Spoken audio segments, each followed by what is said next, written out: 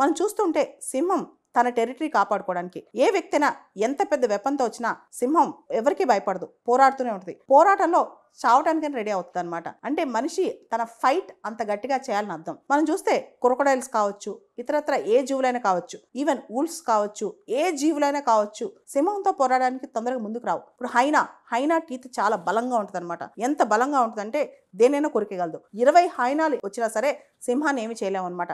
సింహం పోరాడి గెలుచుద్ది, లేదా పోరాడి అక్కడే చనిపోయింది. కానీ సింహం ఎప్పుడు సింహలానే ఉంటుంది. మనిషి కూడా అంతే. ఎప్పుడు కూడా ఎంత కష్టం వచ్చినా ఏదొచ్చినా సరే పిరికి పందలాగా జీవితాన్ని వదిలేసి పారిపోకూడదు. పిరికి పందలాగా ఆ కాంపిటీషన్ వదిలేసి మనిషి పారిపోకూడదు. పిరికి పందలాగా ఎదుటి వారి మీద తప్పు తోసేసి రెస్పాన్సిబిలిటీ తోసేసి పారిపోకూడదు. బతికితే మనం సింహలా బతకాలి. అందుకనే సింహం అంటే సింహానికన్నా బలవంతమైన ఎనిమల్స్ చాలా ఉన్నాయి. వుల్ఫ్ ఉంది, హైనా ఉంది, ఎలిఫెంట్ ఉంది, చాలా ఎనిమల్స్ ఉన్నాయి.